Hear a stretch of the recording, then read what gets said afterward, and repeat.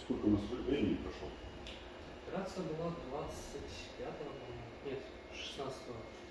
16 Да. Октября. Да. 2 месяца. Друзья,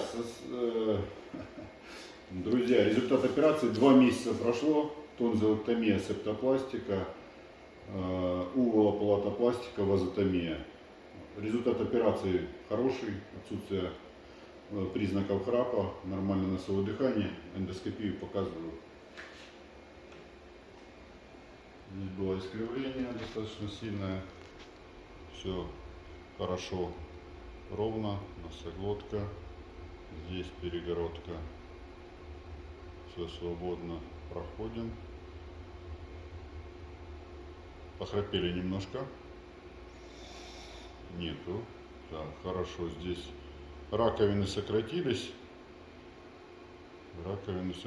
это результат септопластики. А теперь самое сложное, но я постараюсь это сделать без провокации рвотного рефлекса, потому как есть особенность у пациента. Мы здесь зафиксируем что здесь вот так вот сформировалась новая форма мягкого неба. Ровненько присядьте, закрываем, закрывайте и похрапим так. Вот здесь не удается, да? И еще вот так вот покажу. Да, то есть убрали миндалины, расширили, прошили, сняли, конечно, там вовремя швы и получили. Еще будет рубцеваться, еще будет утончаться небо, поэтому результат.